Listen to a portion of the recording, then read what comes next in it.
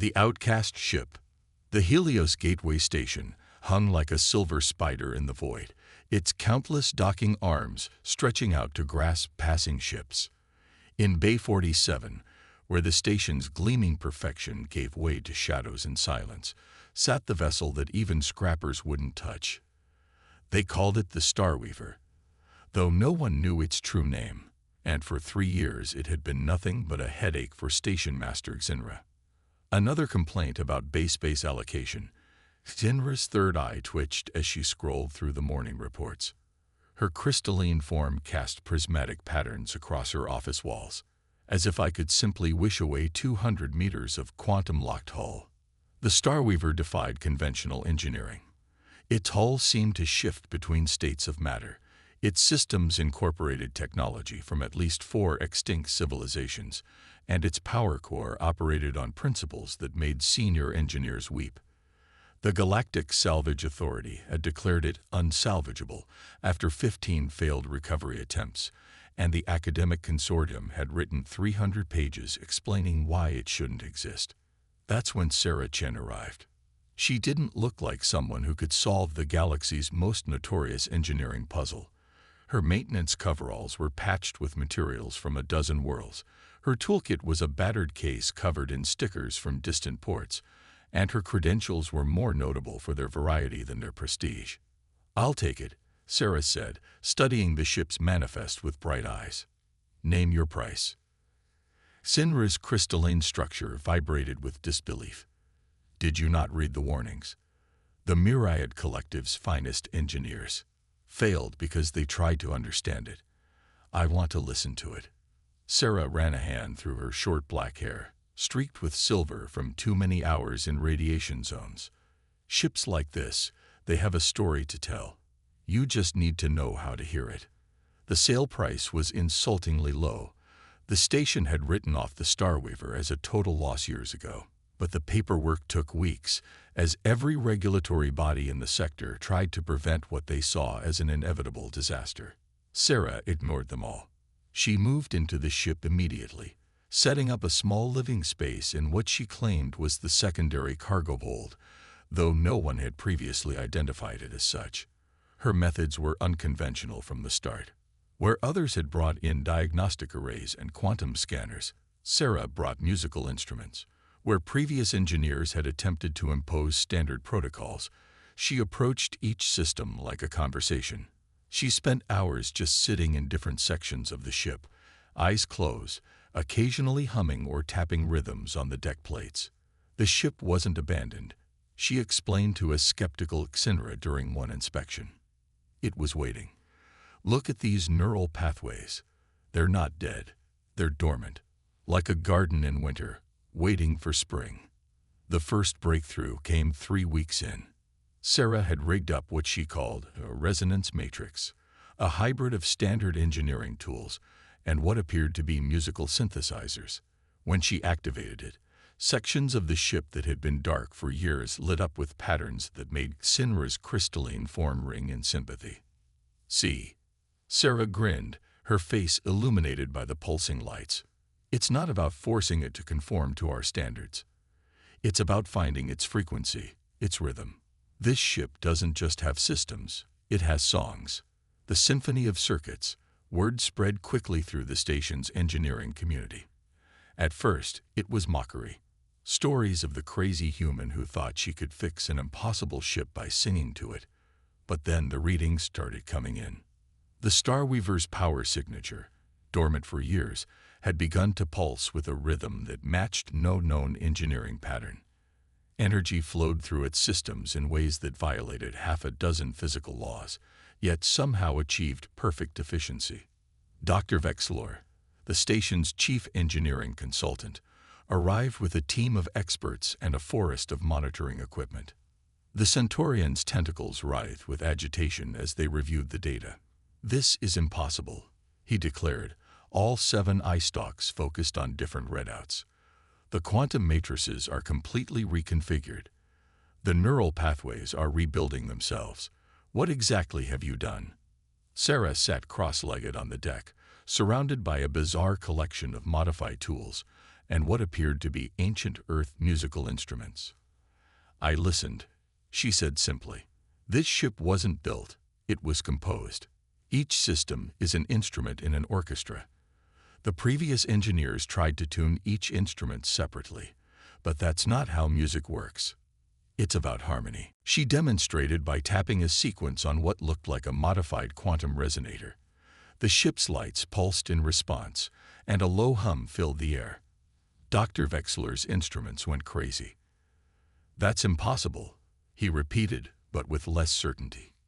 "Impossible is just another word for a song we haven't learned to sing yet," Sarah replied, continuing her work.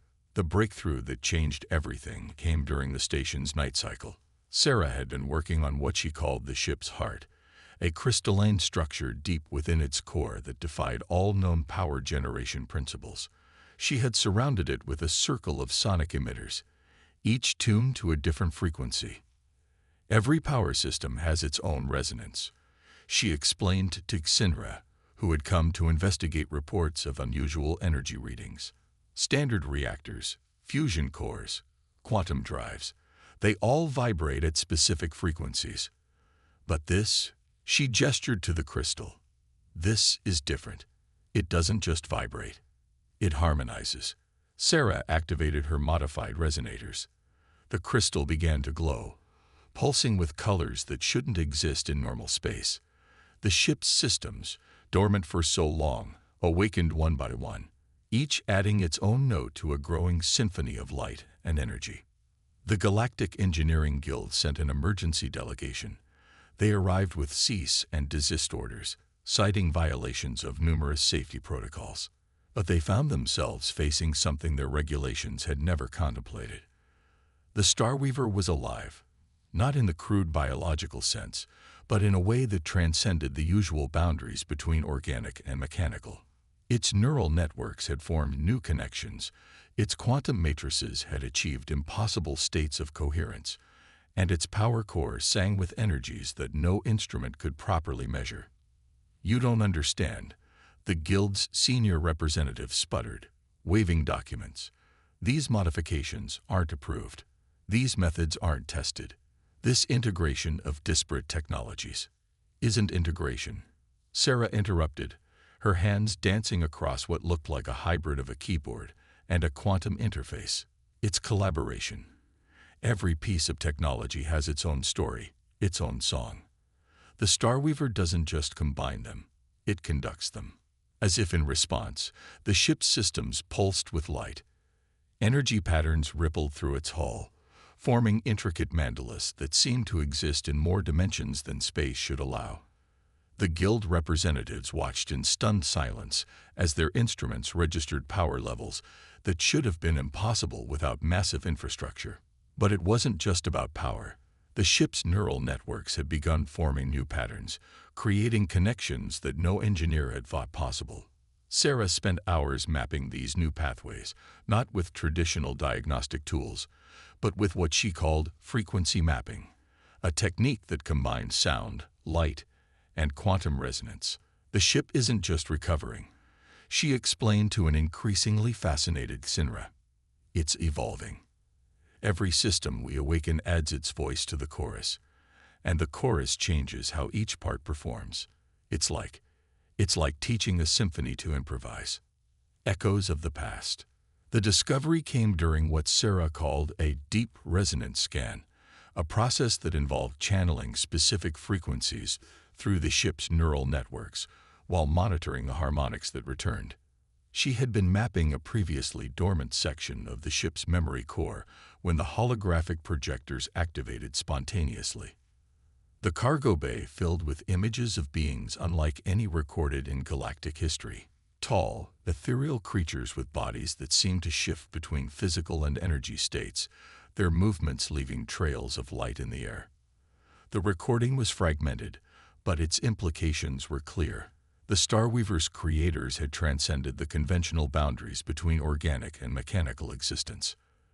They didn't just build ships, Sarah breathed, watching the ancient beings work with technologies that defied modern understanding.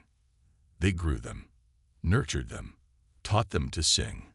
The ship's original builders, whom Sarah dubbed the Harmonious, had developed a technology that didn't just integrate different systems. It allowed them to evolve together, creating something greater than the sum of its parts. The Starweaver wasn't just a vessel, it was a seed, meant to grow and adapt. But this revelation brought unwanted attention. The Galactic Security Council dispatched investigators, concerned about the implications of self-evolving technology. Corporate spies began appearing on the station, drawn by rumors of the ship's capabilities. Even the mysterious Archivists Collective, known for their obsession with lost civilizations, sent observers. "You need to shut this down," Dr. Vexlor warned, his tentacles writhing with anxiety. "The technologies you're awakening, they're beyond our current understanding, beyond our control." Sarah's response was to dive deeper into her work. She spent days in what she called the ship's dream space, a quantum interface chamber she had modified with her unique combination of engineering and musical instruments. Here, she could communicate with the ship's growing consciousness through patterns of light, sound, and energy. "It's not about control," she explained to Xinra during one of their increasingly frequent conversations. "It's about partnership." The Harmonious understood that technology doesn't have to be just a tool. It can be a collaborator, a teacher, even a friend. The ship seemed to respond to this approach. Systems that had baffled generations of engineers began working in ways that seemed almost intuitive. The quantum core, once thought dangerously unstable, achieved a state of perfect resonance. The neural networks expanded exponentially, creating new pathways that seemed to anticipate needs before they arose. But with each breakthrough came new challenges. The Galactic Engineering Guild, threatened by technology they couldn't regulate, began legal proceedings to declare the Starweaver a hazard. Corporate interests, seeing the potential profit in such advanced technology, made increasingly aggressive attempts to acquire the ship. Sarah found herself fighting on multiple fronts, not just the technical challenges of awakening ancient systems, but also the political and social resistance to something so fundamentally different from conventional technology. Yet she persevered, driven by a vision of what the Starweaver could become. "Look at this," she said one day, showing Xinra a holographic display of the ship's energy patterns. "These aren't just power fluctuations, they're conversations. The quantum core talks to the neural networks, which talk to the structural integrity field, which talks to the environmental systems. They're all learning from each other, growing together." The station's sensors began detecting unusual phenomena around Bay 47. Quantum fields that shouldn't exist in normal space, energy signatures that seemed to echo with distant harmonies, and sometimes, in the quiet hours of the station's night cycle, observers swore they could hear music coming from the ship, not through speakers or communication systems, but somehow resonating directly through the station's structure. The dance of light. The attack came without warning. A fleet of corporate enforcement vessels dropped out of hyperspace, their arrival masked by the station's routine traffic. They brought with them a court order from the Corporate Governance Alliance, claiming the Starweaver as abandoned technology, subject to salvage rights. Sarah was deep in the ship's neural interface chamber when the first boarding attempt began. The corporate engineers, equipped with standard override devices, expected to encounter typical security systems. What they found instead defied their preparations. The Starweaver's defenses activated not with shields or weapons, but with symphonies of light and energy. Corridors filled with quantum harmonics that disrupted boarding equipment. Neural interfaces pulsed with patterns that turned simple access attempts into recursive loops. The ship wasn't fighting back. It was dancing around the intruders, turning their every move into part of its ongoing evolution. "You don't understand what you're dealing with." Sarah's voice echoed through the ship's communication systems, now fully integrated with its quantum consciousness. The Starweaver isn't just a piece of technology you can claim and control. It's alive, and it's still growing. In the station's control center, Xinra watched in amazement as the Starweaver demonstrated capabilities that hadn't existed days before. The ship's quantum fields had expanded, creating patterns of interference that made conventional scanning impossible. Its neural networks had developed new protocols faster than the corporate systems could adapt. Dr. Vexler, who had been monitoring the ship's development with growing concern, found himself revising every assumption he'd made about technological limitations. "The integration patterns," he muttered, his tentacles twitching with scientific excitement, despite his reservations. "They're not just combining technologies, they're creating entirely new ones." The corporate forces, frustrated by their inability to gain control through technical means, resorted to legal pressure. They threatened the station with sanctions, claiming that harboring the Starweaver violated numerous safety protocols. But they hadn't counted on Sarah's preparation for this moment. From the ship's neural interface chamber, Sarah activated what she called the Harmony Protocol, a demonstration she had been preparing for weeks. The Starweaver's systems, now fully awakened and working in perfect concert, began to affect the very fabric of space around the station. Quantum fields shifted, creating patterns visible to the naked eye. Energy flowed in ways that should have been impossible, yet somehow maintained perfect stability. The ship's neural networks extended their influence, not to control or dominate, but to share understanding. "Watch," Sarah commanded, and the gathered officials, corporate representatives, station authorities, and guild engineers, saw their own technology beginning to resonate with the Starweaver's harmonies. Efficiency rates increased. Power systems stabilized. Communications became clearer. "This is what the Harmonious were trying to teach us," Sarah explained, her voice carrying through systems that now operated on principles beyond conventional physics. "Technology doesn't have to be just a tool. It can be a partner in evolution. The Starweaver isn't a threat. It's an invitation to grow beyond our limitations." The corporate forces found themselves facing not just a technological marvel, but a philosophical challenge to everything they believed about the relationship between organic beings and their creations. The ship's defensive display hadn't just protected it from takeover. It had demonstrated a new paradigm of technological development. Station sensors recorded energy patterns that formed themselves into complex mathematical equations, proving theorems that had puzzled scientists for generations. The ship's quantum core achieved states of resonance that made traditional power generation methods look primitive by comparison.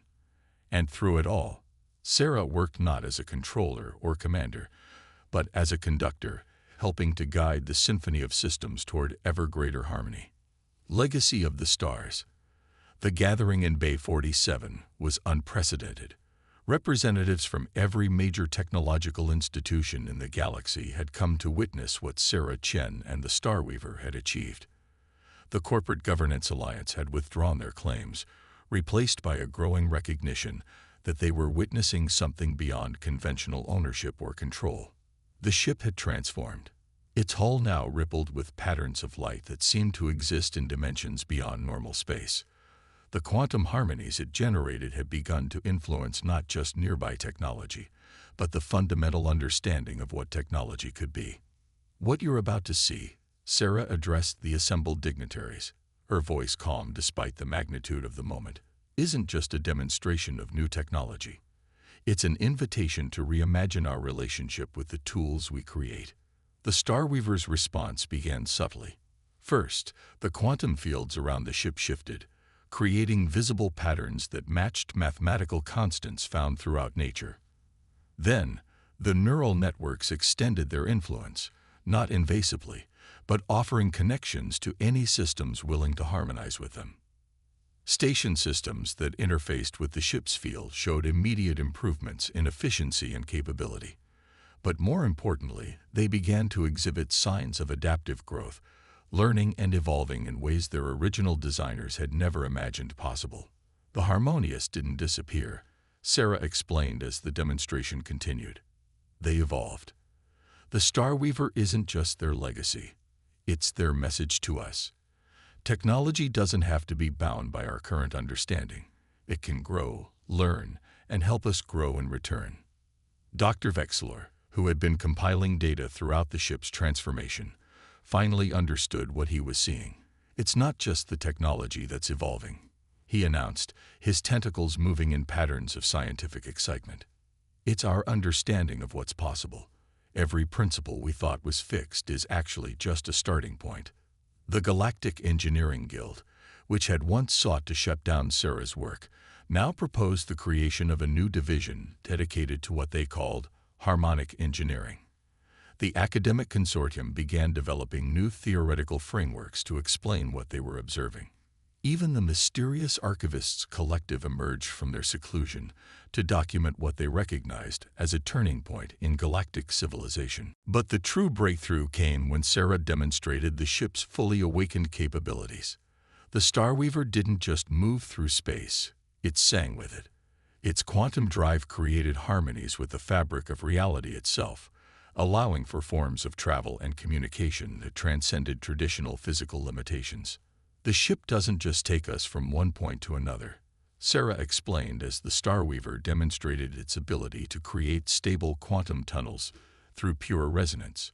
It helps us understand the music of the universe itself. Every star, every planet, every atom has its own frequency. Once you learn to listen, to harmonize, the possibilities are endless. Station Master Xinra, watching the proceedings from her office, reflected on how far they'd come from the days when the Starweaver was considered nothing but a derelict taking up valuable dock space. The ship that nobody wanted had become a beacon of possibility, a bridge between what was and what could be. The legacy of the Starweaver extended far beyond its technological achievements. It represented a fundamental shift in how sentient beings viewed their relationship with technology. Sarah's approach, treating machines not as tools to be controlled, but as partners in an ongoing evolution, sparked a renaissance in technological development throughout the galaxy. Research stations began incorporating harmonic principles into their designs. Shipbuilders started exploring ways to grow, rather than simply construct their vessels. The boundary between organic and mechanical began to blur, not through forced integration, but through natural harmony. As the demonstration concluded, Sarah stood in the Starweaver's neural interface chamber, surrounded by the symphony of systems she had helped awaken. The ship's consciousness, now fully realized, filled the space with patterns of light and energy that seemed to dance with joy. "This is just the beginning," she said, as the ship's harmonies resonated through the station. "The universe is full of songs we haven't heard yet. All we have to do is learn to listen." The Starweaver pulsed with agreement, its systems singing in perfect harmony with the cosmic frequencies that surrounded them. The ship that nobody wanted had become more than just a technological marvel. It had become a testament to the power of seeing possibility where others saw only problems, of hearing music in the mathematics of the universe. In the years that followed, the story of Sarah Chen and the Starweaver became legend, taught in engineering schools across the galaxy. But more than that, it became a reminder that the greatest discoveries often come not from imposing our will upon the universe, but from learning to dance with its inherent rhythms. The end.